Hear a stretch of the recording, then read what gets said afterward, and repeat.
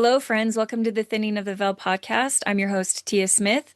Super excited today for all of the reasons. One of them is because my new found friend, Michael, is joining me today. This is another one of those stories, my friends, that if you have the prompting to reach out to me, uh, this, I think, came from a prompting. I don't know him from Adam. I've never met him before, but for some reason, we've become close friends. Well, you're about to find out the reason why. He felt prompted to reach out, and he has an extraordinary story that I hope will help you in your testimony of the reality of the other side of the veil, the reality of the spirit world, the plan of salvation, and the love that our Savior has for us as we try to help him in his work. So, Michael, why don't you tell us a little bit about yourself? All right. I am 67. I'm the oldest of seven, four boys, three girls.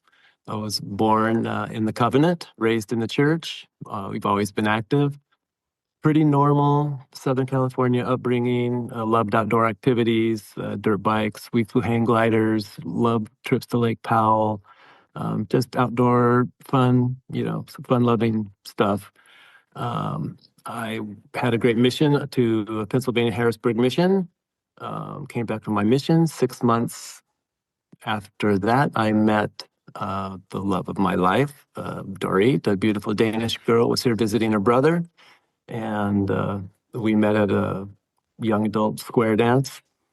And I took her out and took her home after our very long date to Magic Mountain. And she said, "You can call me tomorrow if you like." And that was it. We saw each other every day after that, and got married 6 months later. And we have nine grandchildren. We have four boys. They're spread out from two in Utah, one in Idaho, and then one lives here in Marietta, close to us, with four of our grandkids. The other four are in Idaho and one's in Utah. So we have enjoyed visiting. So you're a pretty busy guy, it sounds like. Yes, yes, yes. That's awesome. And I didn't realize that I'm the oldest of seven as well. So maybe it's the oldest child that drew us together. Yeah, exactly. The reason why I wanted to share, one of the reasons why it's important for him to share a little bit about himself is because everything in this extraordinary glimpse into the spirit world that he had has to do with his wife. And so why don't you, and I want to point out to everyone listening, this is his own personal experience. This is what he saw, this is what he felt and heard. And so when we're talking about this, I appreciate Michael because these are very, very sacred. It's a sacred experience for him. And so I hope that we can all understand and really try to grab onto the feeling and what's happening and what's happened to him as he shares this really poignant testimony that he was actually given this beautiful, wonderful gift. So, Michael, why don't you start from the beginning and kind of tell us the circumstances that preceded this thinning of the veil experience?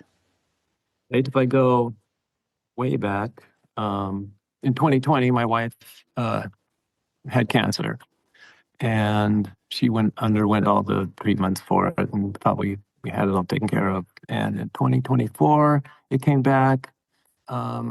She wasn't going to do chemo or radiation again, and was doing another treatment, which was working. It was working right. It was working for the first 6 months. The second 6 months, they said, "Well, it's not working, and you need to do something else." Okay, so that brings us pretty current to when this all started to happen. And there was more than a few angelic interventions that happened on this particular day. It was August 12th, 3 days before I had this experience, and I was in a mountain bike race. And you're talking this year, right? Just to clarify, this was this year. Well, we're in 2026 Oh, now. yeah, sorry. Yeah, it's rather fresh in this year now. I can't, I'm still citing 2025. Okay, so this just happened this past August. August 2024. Okay. I was going too fast down a too steep hill on a trail that was slippery and with a big rut in it, and I couldn't make the corner and went into the rut and just torpedoed headfirst into the ground. Um, and was able to get up. I knew something was wrong with my neck, and I needed to get down the mountain. I still had 2 miles to go. I will say I had this weird feeling that I knew something bad happened to my neck, but I just had this feeling like that everything was going to be okay. I'm like, everything's going to be okay. So I will say that I think the first little bit of intervention I had was actually when I hit the ground. Uh, I think the Lord said, I still have a plan for this guy. And I believe that there was maybe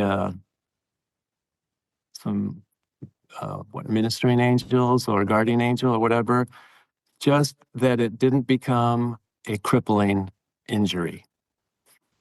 So I called my wife. I said, hey, can you pick me up at the bottom of the mountain? And I tried to make it sound like it wasn't that bad, but my neck's really sore. And I did make it to the bottom. It was a horrible trip to the bottom.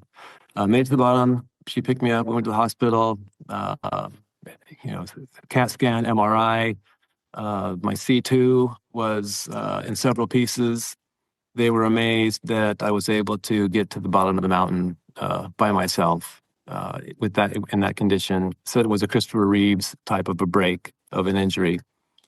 So I'm sitting there, laying there with the neck brace on, and I'm looking at the doctor in front of me, and she's looking at my MRI, and I get the overwhelming impression that she is getting inspiration as to what to do with me. And I'm going to hold it together here. And she's looking at it, and I'm watching her, and I can see it. I can see she's getting inspired as to what to do. And then she comes over to me and she says, we're going to send you out of network to another hospital. And I knew she was inspired. And so I said, okay. And so they sent me to a hospital out of their network, which wasn't on my insurance, but they're still going to cover it. They had an amazing neurosurgeon at that hospital who did my operation. And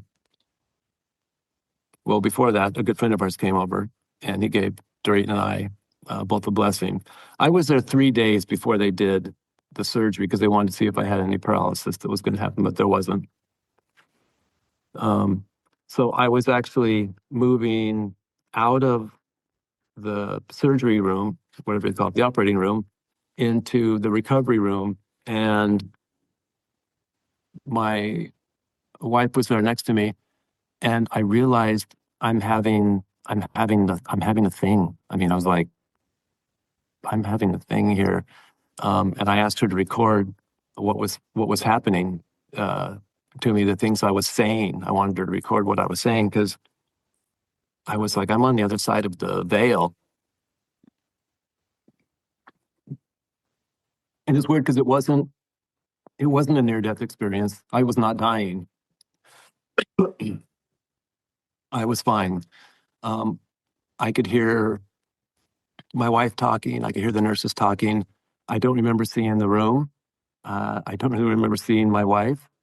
Um, I just remember the experience of being on the other side of the veil and the feelings that I could feel, um, overwhelming, all-consuming.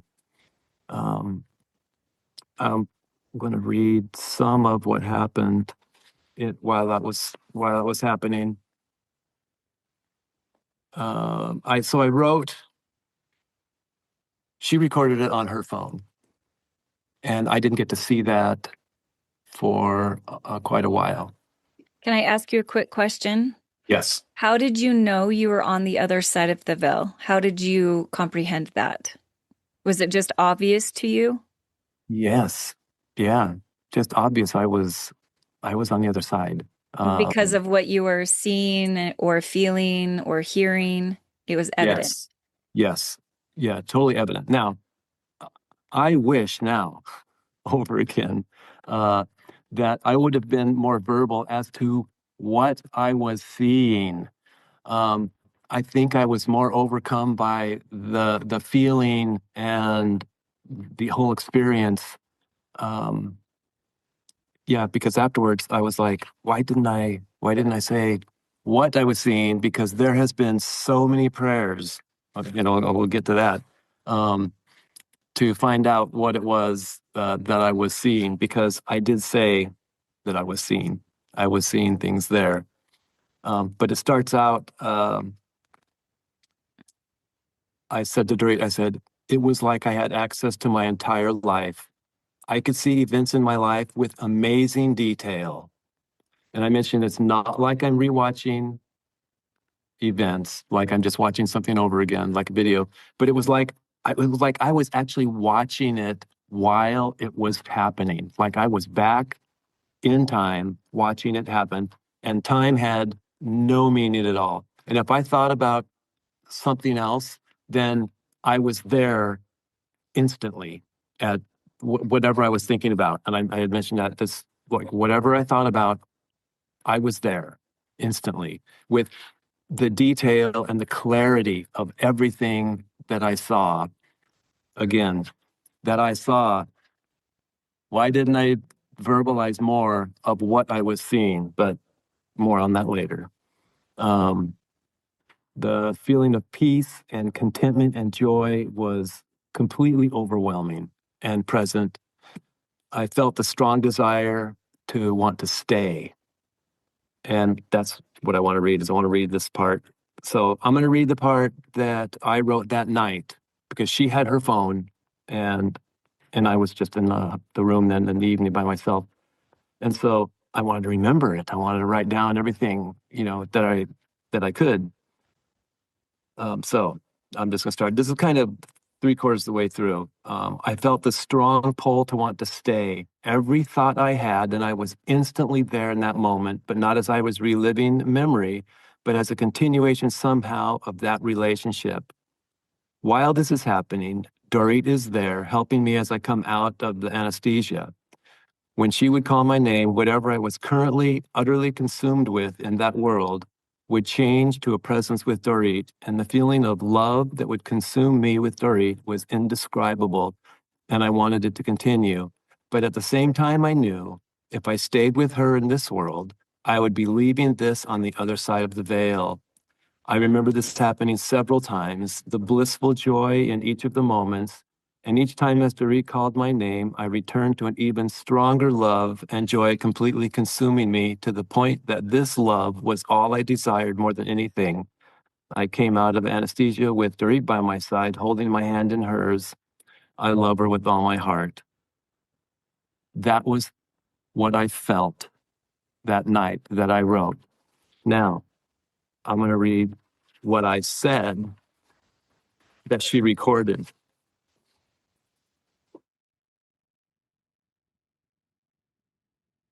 A glimpse into the a glimpse into the future, just like the importance. Oh wait, I'm not going to say read this part yet. I'm going to come back to this part. Um, the peace and clarity. No wonder people just want to stay. But my draw to this life, this world, is so much stronger. That love I have for you, it's strong. It keeps me grounded here in this life, this world. Yeah, it's like I can't go. I'm here in this one with my family. I hope they all could get a piece of what I just saw, of what I just experienced, if all people could experience what I just saw. So, That sounds a little bit like a Lehi type experience where, I mean, based on the Book of Mormon and what we read, that you feel this all-consuming love, and you're hoping that your family members and friends can at some point feel that same love and take part in that same love. yes, yes, absolutely, yes. I and I don't know how to get them to feel and experience that type of love and wanting to just be there. You just want to be in that place. There was some other things. Shall I go on? Yes, please. All right. That didn't make sense to me. I saw a group of people, a line of people, and a man at a desk with people on either side of him, and I don't recognize any of them, and I don't really give it another thought. How were But they dressed? as I remember it, they were dressed rather drab.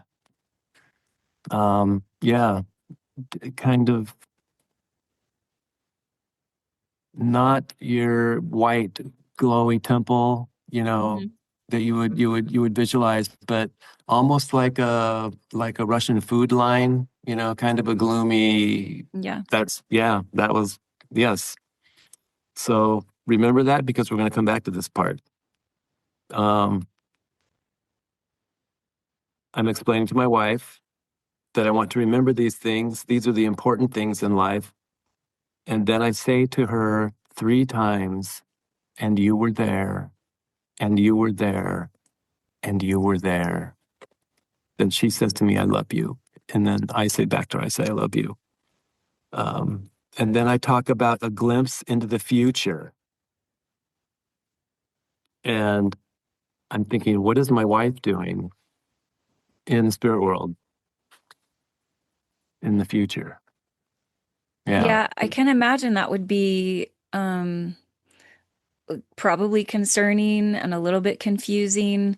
That has happened before. We've noted even in Joseph Smith's experience where he saw the spirit world himself actually, and he saw his parents along with his brother, but his parents were still alive at the time.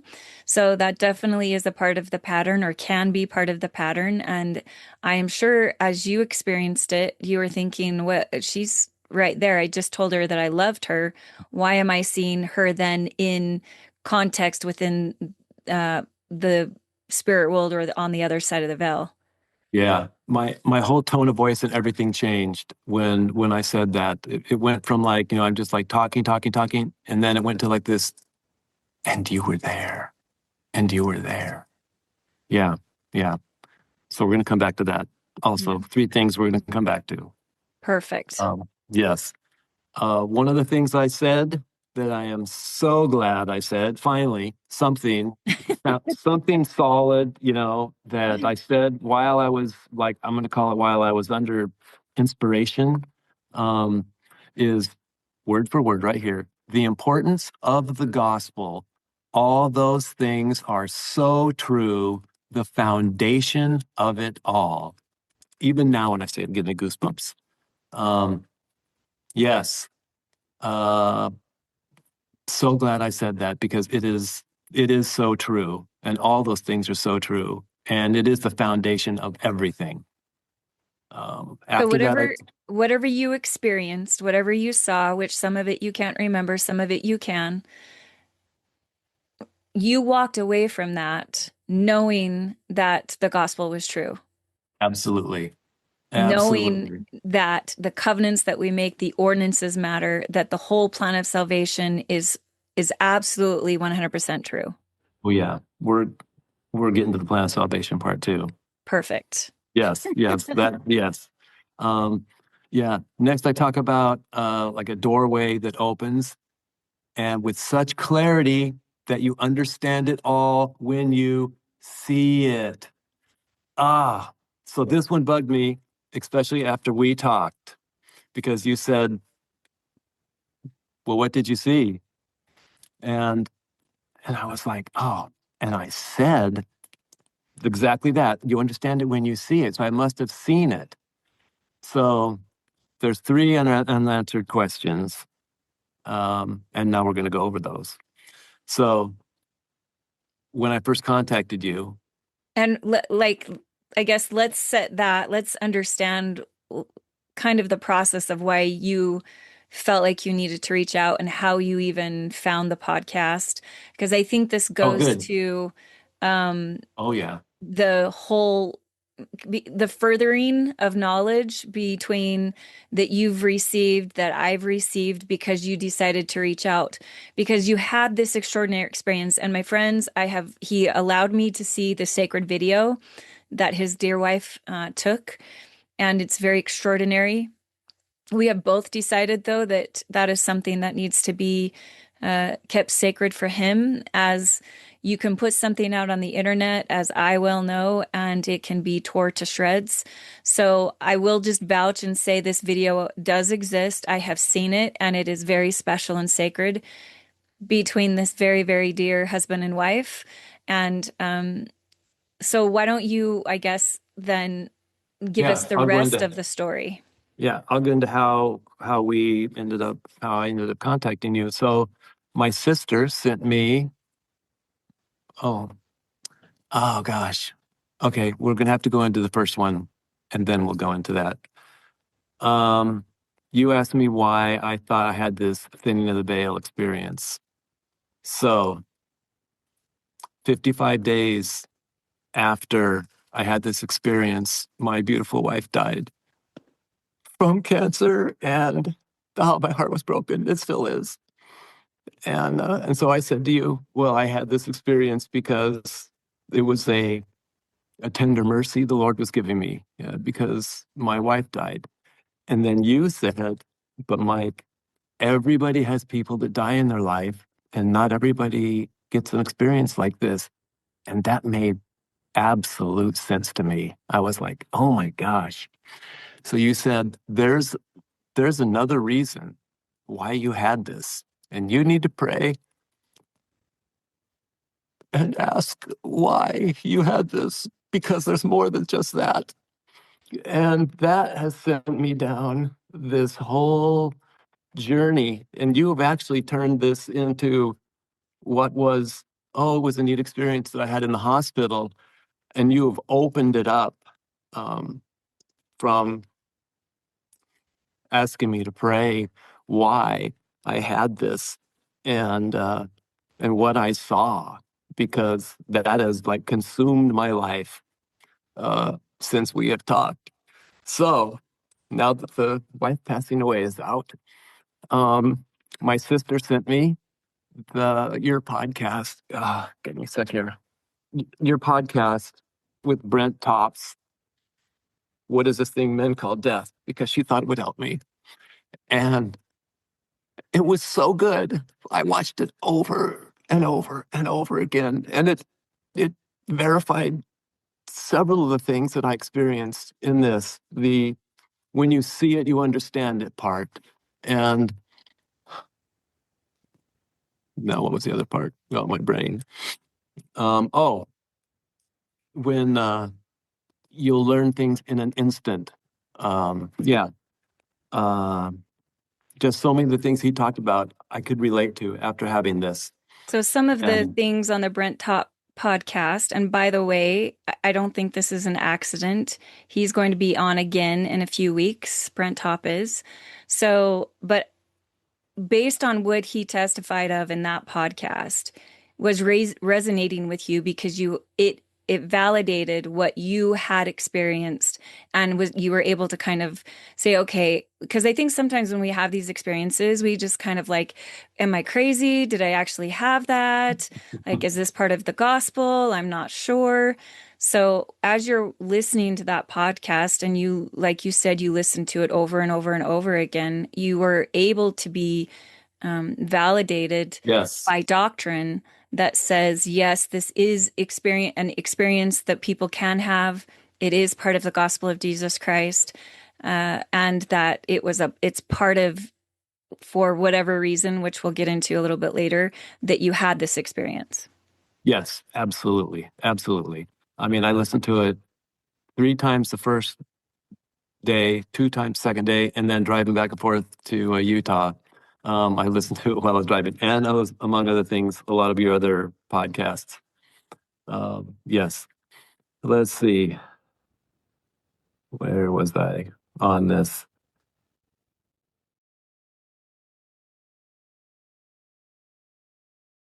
Oh, okay. Yes, she sent that. I'm driving home from Utah, and I'm listening to his podcast with you and his wife when you were doing an interview with them. And that was when he said, um, a lot of times people have these experiences and they don't share them. And after he said that, I felt like he was talking to me. And like I got inspiration, like you should contact Tia. And so it was after that that I contacted you. So it's interesting to see these little things that you could call coincidences, but really you pointed out to me before that there's not really any coincidences. Everything's happening for a reason, and we're going to get to some more of those too. That's how I ended up contacting you about this. So as you had this experience, and then, my dear friend, I'm sorry that you lost your wife. I wished I could have met her for sure, because every way, anytime you talk about her, she just sounds so fabulous and so much fun. And I can't wait to meet her at the on the other side of the veil. Maybe I can say hi at some point. But Yes. you had this really magical, sacred, uh, just spirit-filled experience. And then you have this horrible experience of losing your wife, and all of the pain that goes with that and the trauma that goes with it. At this point, um, how is your faith holding up? Because you can have this reality of a testimony of an experience, but then when you go into this other part of life where it's traumatizing and everything else, what was the balance then of your faith in that moment, even though you've had this really cool, amazing thinning of the veil experience? Oh, yeah. Some people, like, oh, are you mad at God, for taking your wife? You'll get people that think that. But I am so grateful and thankful that I live at a time when we have the fullness of the gospel, we have the temples, we have the priesthoods restored, and we have the sealing ordinance of the temple.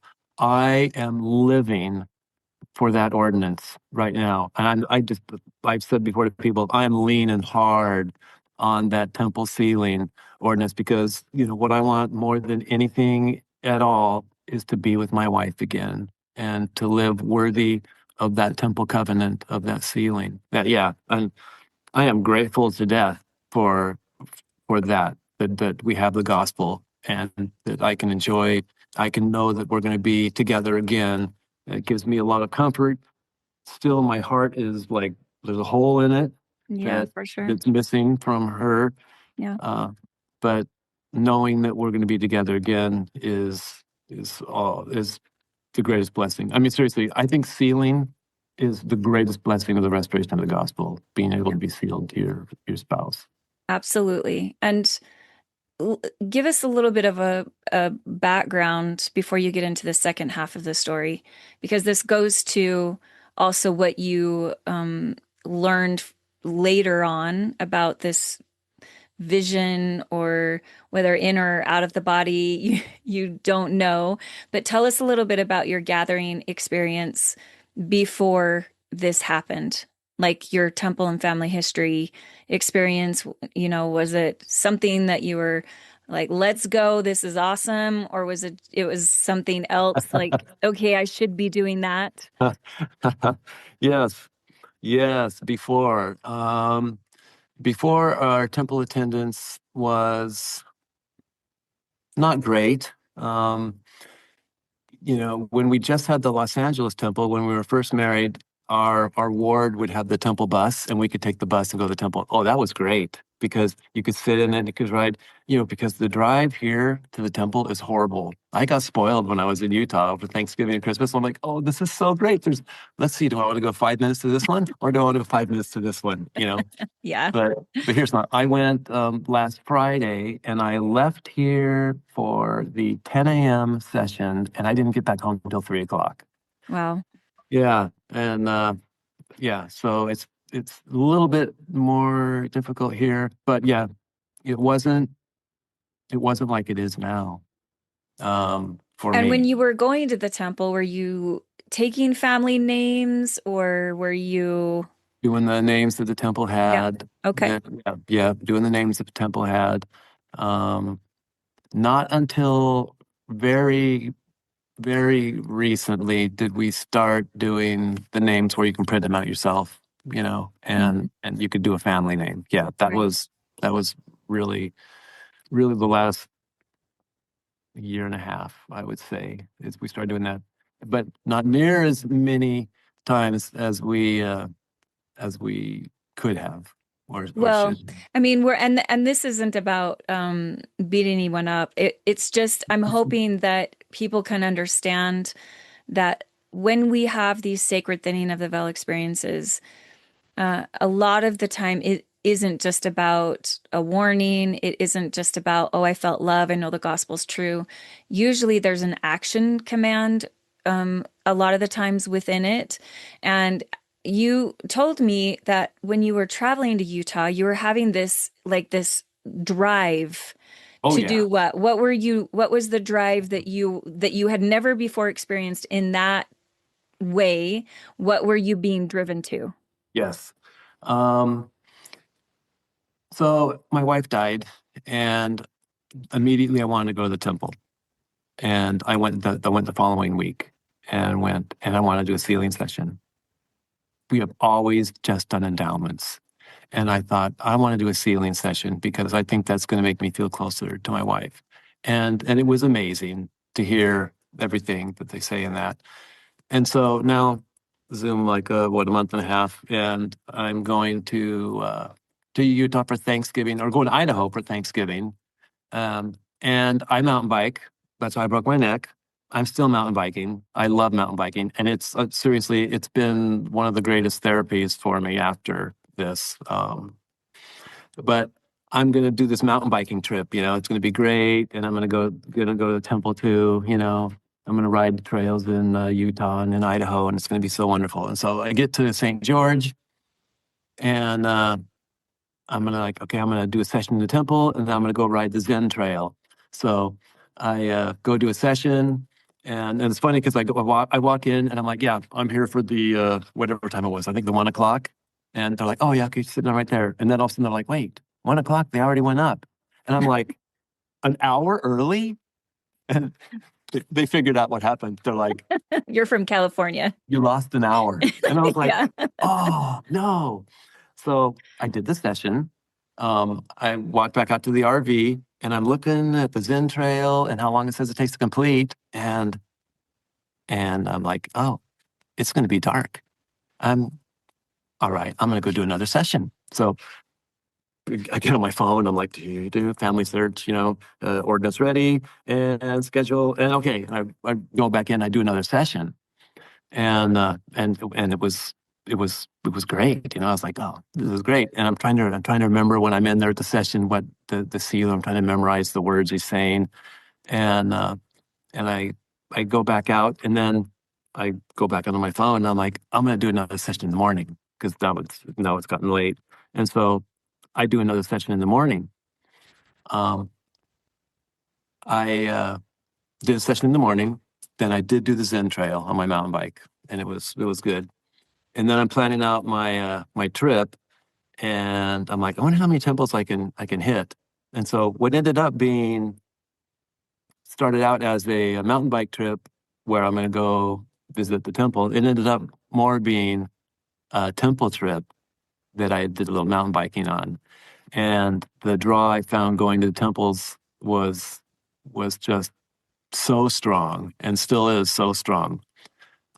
Yeah, what I did, St. George, um, Red Cliffs, Twin Falls, Boise, Meridian, and Meridian again. Yeah, and they were all amazing. And I feel yeah, like when we lose someone, part of the I think the thing that we kind of default to because we want to feel close to the person that we've just lost. And thankfully, the Lord has enabled this mighty spreading of temples across the land that it's this holding space between that side of the veil and this side of the veil. And it is the one place that you can go. And I've shared my experience with the twins. It's the one place that I could go that I had that experience that was sacred and holy, that in that house, there isn't an other side of the veil or this side of the veil. It's just one side of the veil. And if we have eyes to see and ears to hear, we truly can connect to it because it's there in front of us. We just have to be able to have eyes to see. Now, as you explain this trip to me, you got home and we had this conversation, and then I asked you that question. Why do you think you had this experience? And remind them what you did remember seeing before you elaborate then on what you kind of what the Lord started teaching you when you started asking the right questions. Um, on who I saw, What did you see? So when you're having that experience in the hospital, what was the one yes, thing that you do remember seeing? that line of people. Okay. Yes. So, with that as the background, now let's go into your process then that you now have been experiencing for the last, what, month or two, and what you have since learned about that experience and some more thinning of the veil experiences that you've had since then. Um,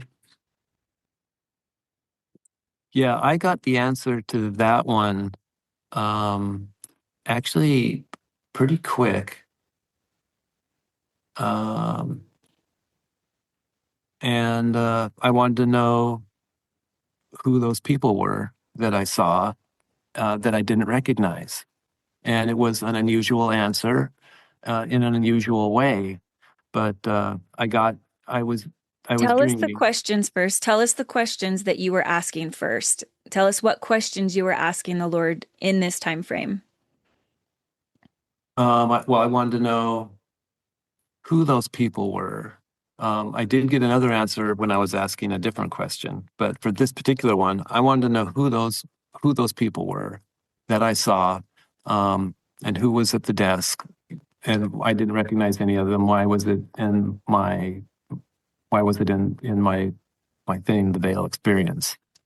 Um, and I got in a dream that exact scenario all over again in a dream.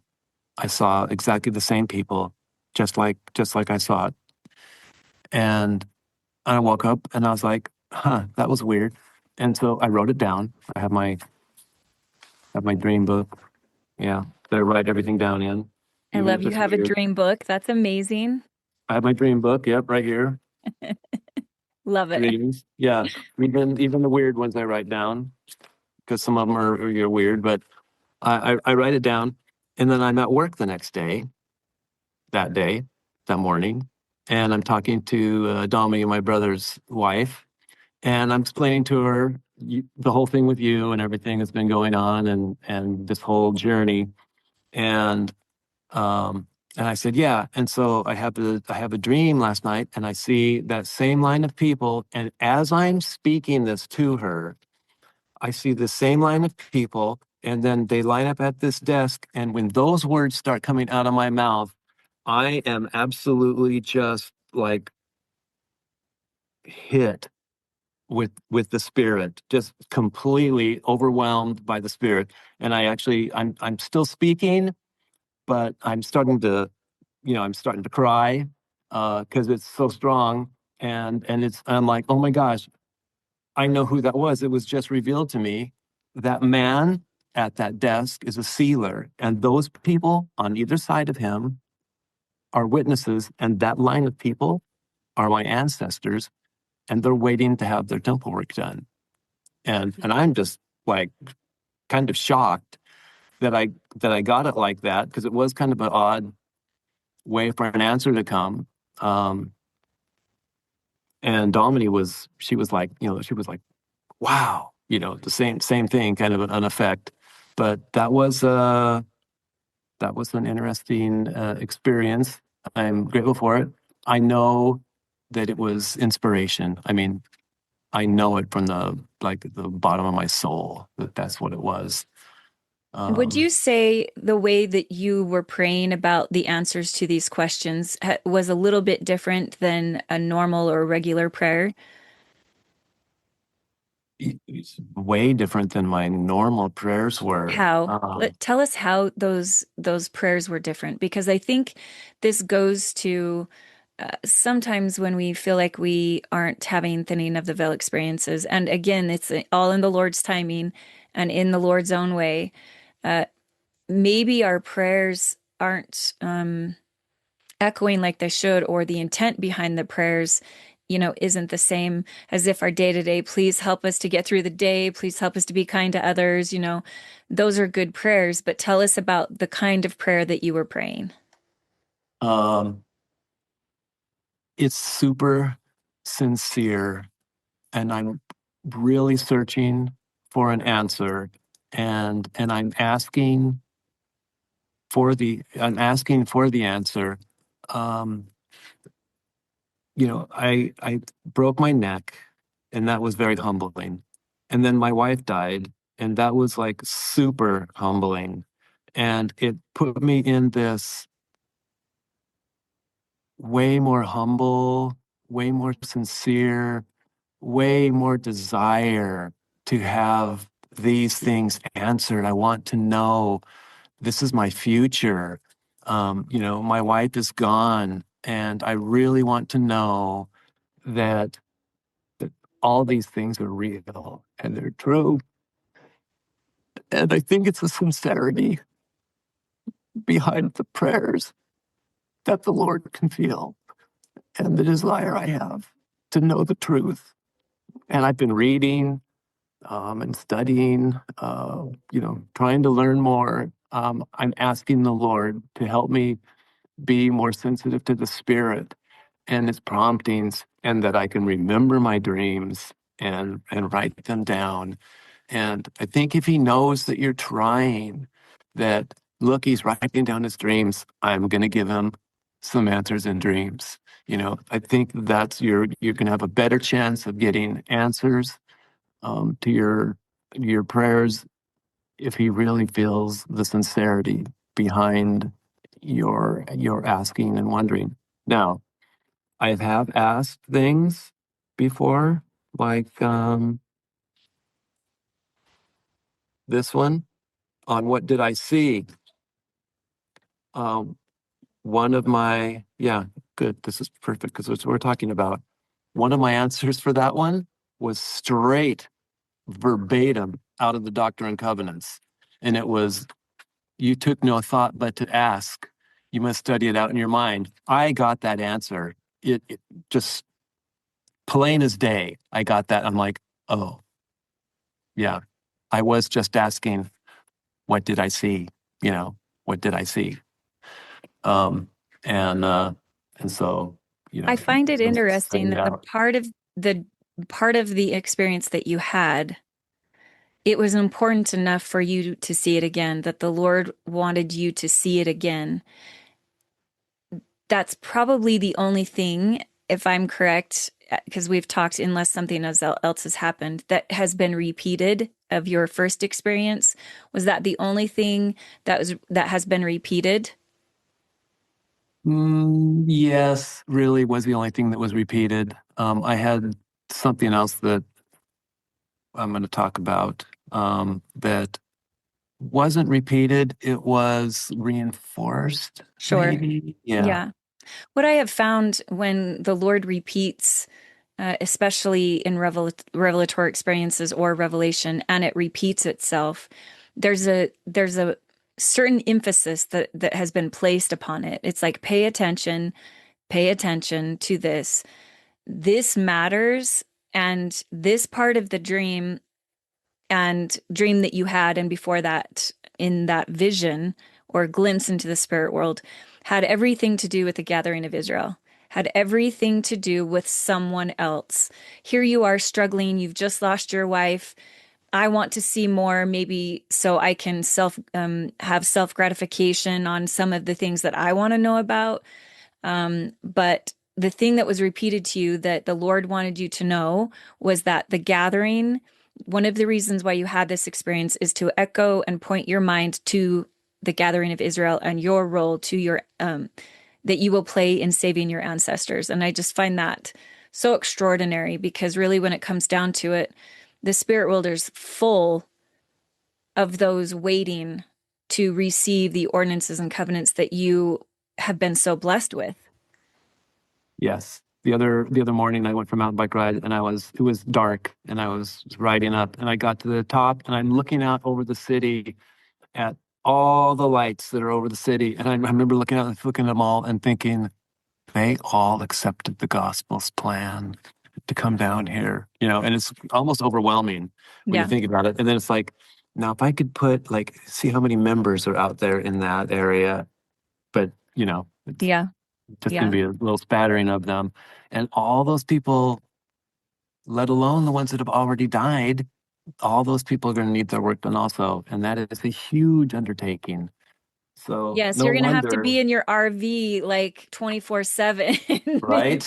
All of us need to get our running shoes on because there is a mighty work for us to do for sure. So tell me a Yes. little bit more then about this connection that you have with asking and seeking and trying to understand the initial revelatory experience, because I think that goes to show that you just don't have experience and then leave it as it is. You can actually go and ask the Lord to further reveal to you more understanding about the experience itself. Yes. So the question number two that I had, the third one was who was that line of people? And that was my relatives. But number two was, what did I see? Because I said, when you see it, you understand it. And that was one of the things that Brent Tops talked about in his book on the things on spirit world. You just things you learn them in an instant. You know it. And I wanted to know what it was because I said that I saw it. And so that was one I asked, and I got the Doctrine and Covenants. You must study that in your mind. And so I was like, well, what kind of a thing would you see that you were there? And so I thought, well, he's not going to reveal to me like how the world was created. That's not relevant.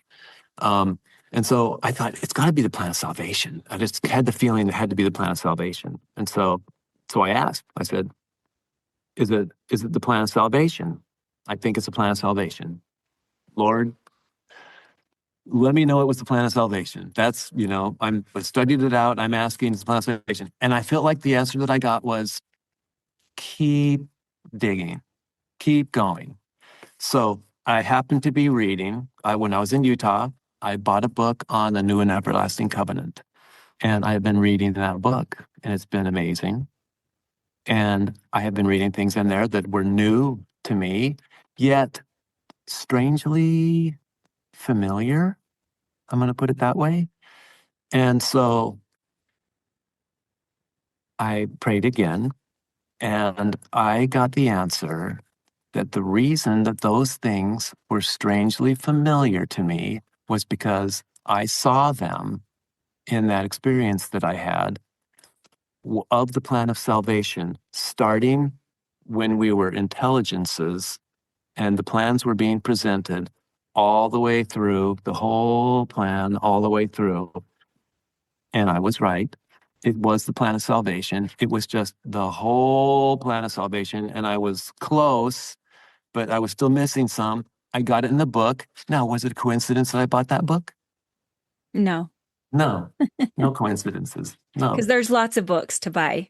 Yes. And so just one more little piece in the puzzle. Oh yeah. And I wrote this down. Um, that was John 14:26 in action. The Holy Ghost will bring all things to your remembrance, whatsoever I have said unto you. And then I added in, or whatsoever I have shown unto you. And so it was there, it was in there. It just needed to be brought back to my remembrance. We used to say on our mission that the Holy Ghost can't draw from an empty well. Yeah. So if you learn it and you know it, then it can draw from it. And so I'm continuing learning that there's more to draw from.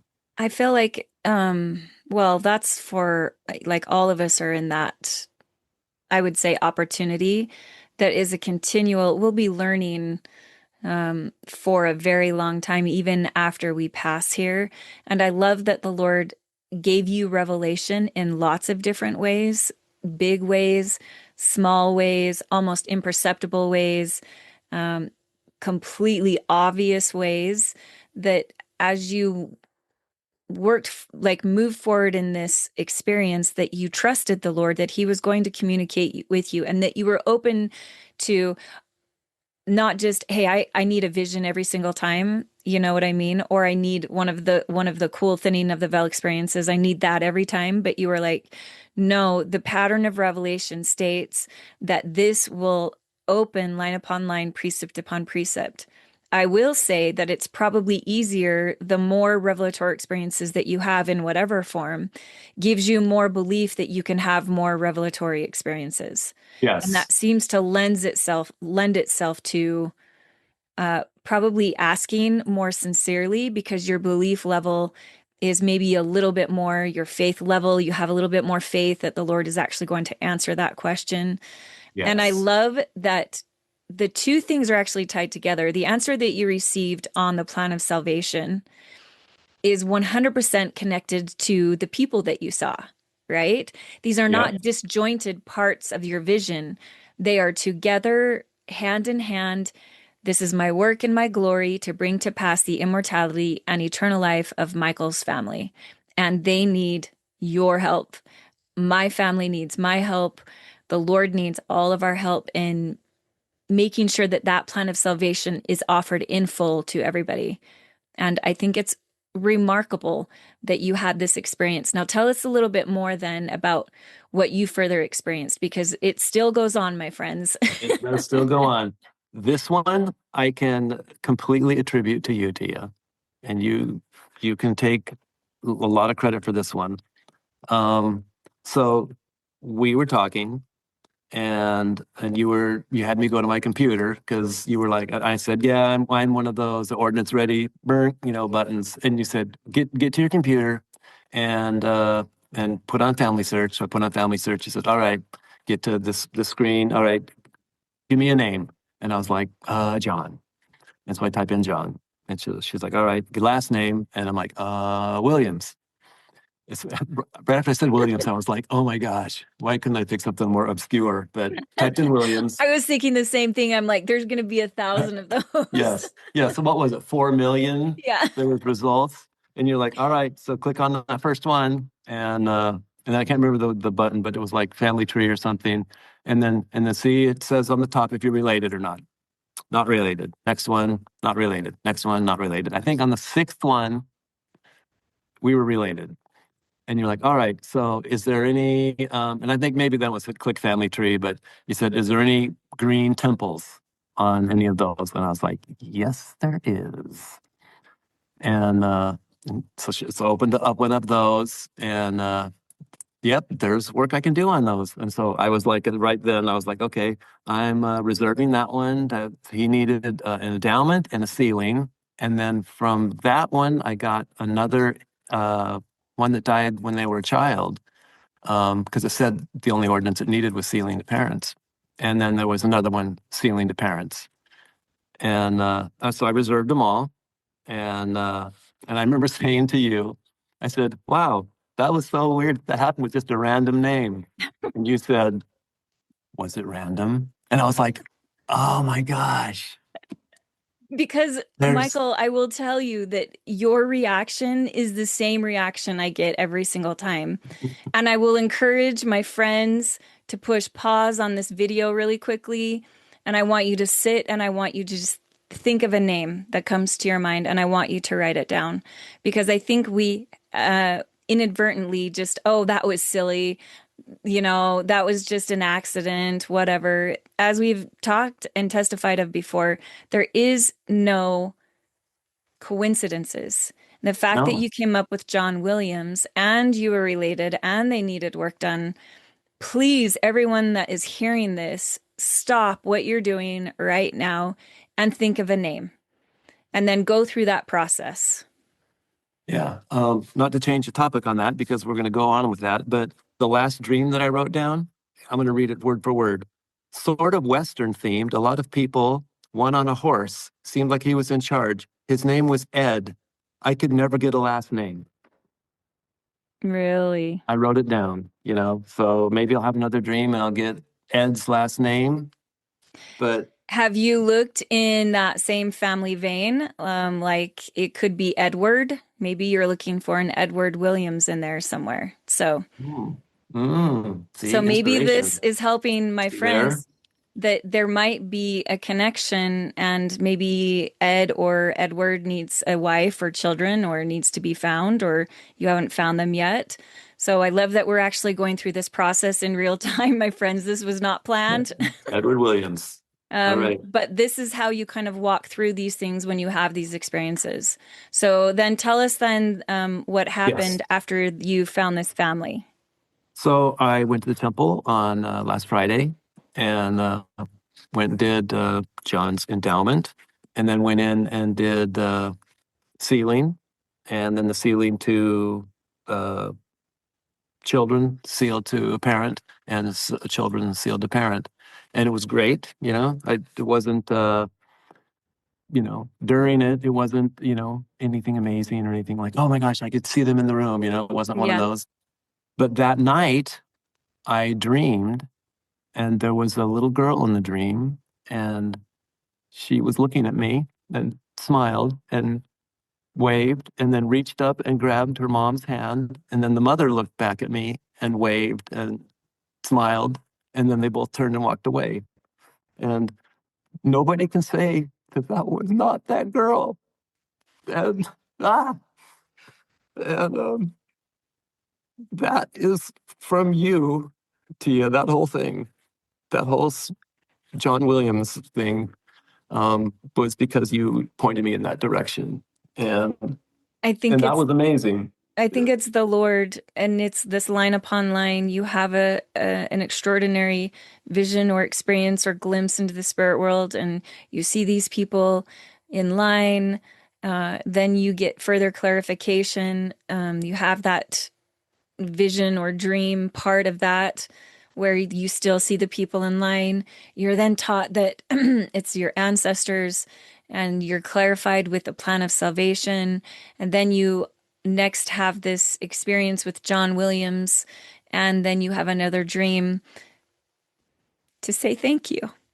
So that's how the Lord works, my friend. And that's why I love these experiences, is that it's not just to have an experience, is because we have work to do, and the Lord will include us in all the ways possible to get that one little girl reunited with her mother. That's how much the Lord loves every single one of us.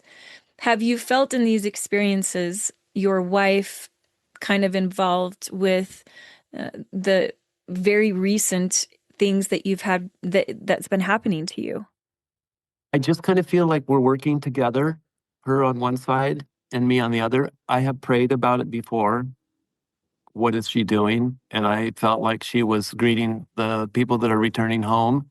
And I felt like I got a confirmation that that's what she's doing. But like in the temple, you're not just doing one thing, like the temple workers all day long. And so I know she's doing more than just one thing up there. And so I'm sure she's helping those people that need their work done.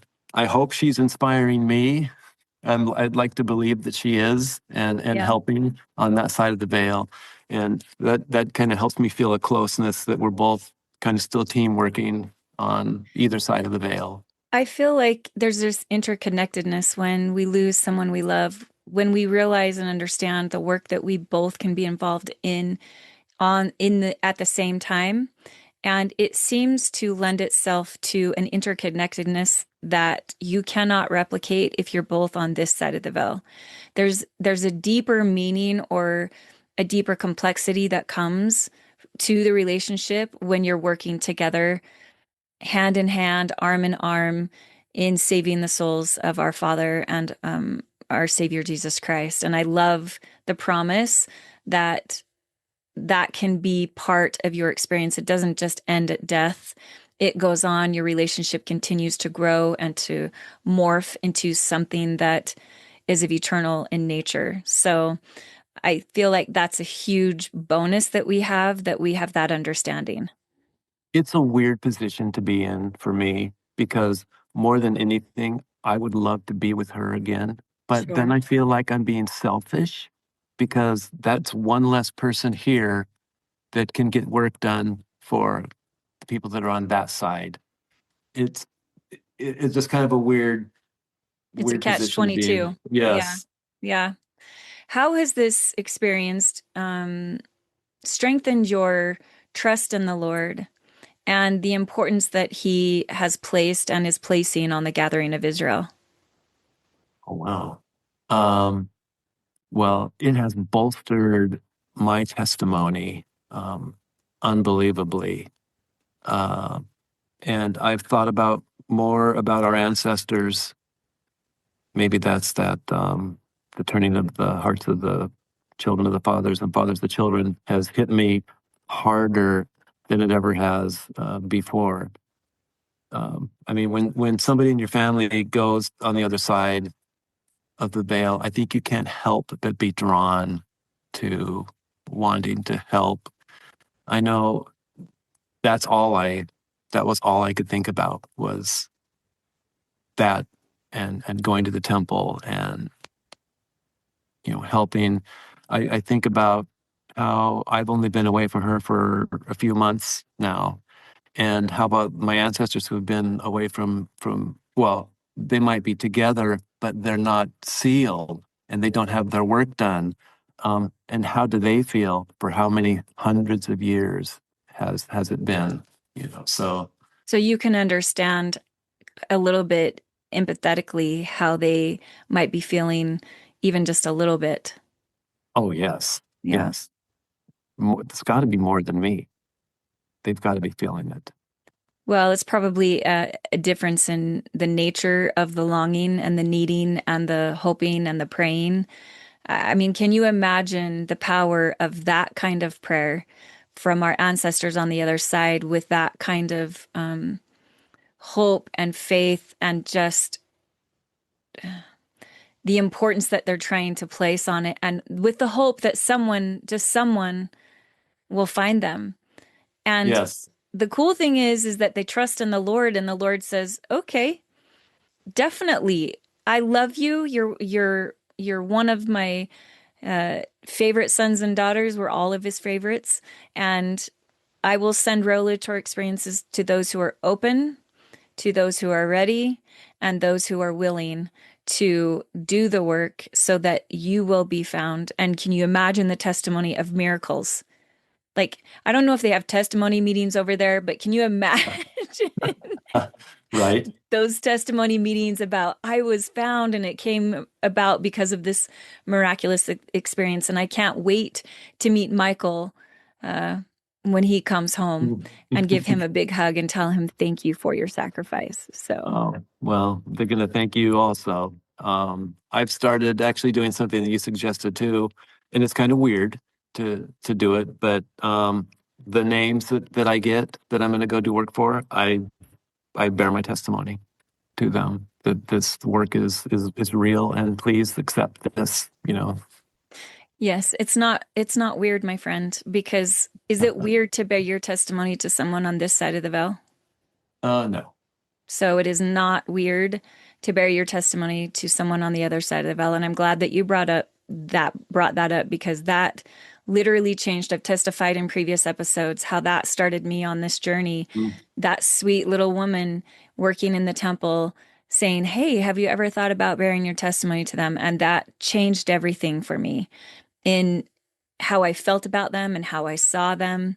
And so, as we have these thinning of the veil experiences, and you have John Williams, and you have these families starting to come together, uh, it's important for them to know how you feel about the gospel of Jesus Christ, in my opinion. So, keep Yes. doing it, my friend, because it Yeah. will change your worship in the temple and how you see your ancestors for sure.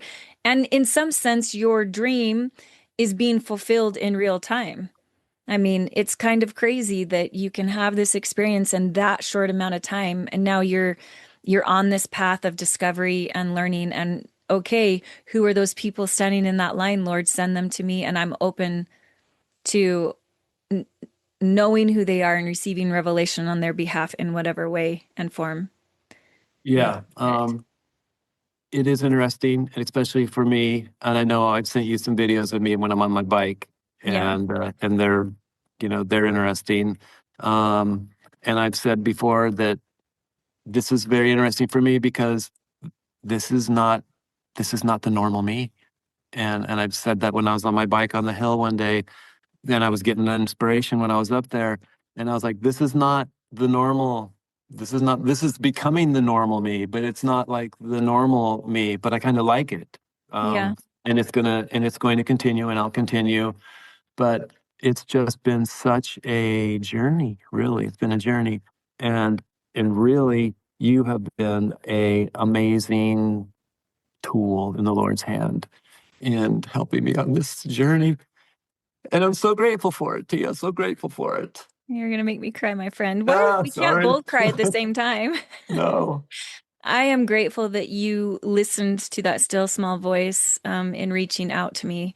Your testimony has bolstered mine in that the Lord can answer us in these thinning of the veil experiences in whatever way and form, and that through small and simple ways, great things are brought to pass. And I am grateful. And my friends, I will also say, echo what he is trying to do in recording in real time the revelation that you're receiving. You can stop what you're doing and record it. We have methods of recording now where we don't have to dip a pen in ink and write on by candlelight on paper.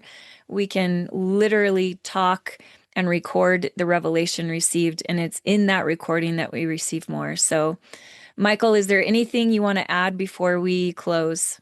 Oh, yeah, just one thing, and you just reminded me of it, what you were just talking about. It's really a pain at night when you get a dream and you're going to write it down, like to turn a light on, and you're like, oh, or to get a pen light. But it's real easy on my iPhone. It's really just press that button on the side, and then I say, text message Mike Solesbee. And then it says, what would you like to say to Mike Solesbee? Boom. I just talk it in, Oh, it was a Western themed, and there was a lot of people, and there was a guy on a horse named Ed. And then in the morning, I just play it back, or my text, and then write it down on my dream page. That's So awesome. it's super simple and easy, and you can get I, your dreams like that. I've been typing it to myself, but I don't know why I'm not talking it to myself. Oh, oh, But that's yes. a good idea. It's a really, really good idea. And it was so funny. I've said this before. I have a dear friend who's on a mission in Australia. And if you're listening, hi Hammonds.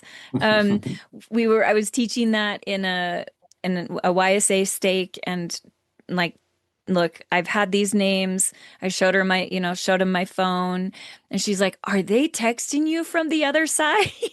And I'm like, no, I just thought that was so awesome. I'm like, maybe someday, but no, that was me trying to record it. So I thought that was just super cute. Thank you for that plug about recording. That's part of the revelatory process, and I love that you even in the moment had the presence of mind to have your wife record that vision in real Oh, time. That's extraordinary in your ability to note that this was something special happening. yeah. Yeah, we're Thank you glad for I did. joining me. I hope that this testimony and your testimony echoes to those who may have recently lost a loved one, or seeking to know who needs help on the other side of the veil, or seeking to even understand who they are and the love that the Savior has for them, that He will move heaven and earth if you are willing to put forth the effort to help Him save His other sons and daughters through whatever way or means He deems necessary. And it's important, my friends, to not put a time frame on it, but it's also important to pray for eyes to see and ears to hear, because I think sometimes we get answers to these things, but we're not recognizing them as answers. Yes. Yes. I think people do that too often. It's too easy just to brush off as, oh, it was a coincidence. But Yeah. Yeah. don't give the Don't Lord brush credit. off John Williams for sure. No, no, right? Just a random name, You're right? gonna have to keep me informed because I just want to see, like, go back and look for Edward. Maybe there's an Edward in there that needs some help. So, who likes to ride horses? Who Yes, knows? yes. Oh, Maybe thank you for joining me, Michael. I hope, my friends, that you have found his testimony uplifting and has given you hope that there is more beyond this world after we die, and that those loved ones who we do lose are busy helping the Father move his work forward and helping us as well. We need all the help we can get as mortals here on this earth. So, you're amazing, and thank you for being so open and raw. We appreciate it. And stay tuned, my friends, because we're going to talk about the promises being made to the Father next week, but we're also going to have another story tomorrow and talk and the Gathering Academy. It's like I have a hard time just catching my breath. This thing is quite really going. extraordinary. Yeah, I have my Yeah. tennis shoes on for sure. So thank you, Michael. I appreciate your being willing. And let's stay in touch, my friend, because there's Yes, more for to sure. come, I am Yep. sure. And I'll I would keep love you to up. hear about it. Okay. Yep. Thanks, my friends. I hope you have a good week. And I hope that you really have the hope and the courage to offer those prayers and really to know who needs help on the other side of the veil and be aware that they can be answered in all the ways. So have a great week, my friends. We'll talk to you soon. Bye.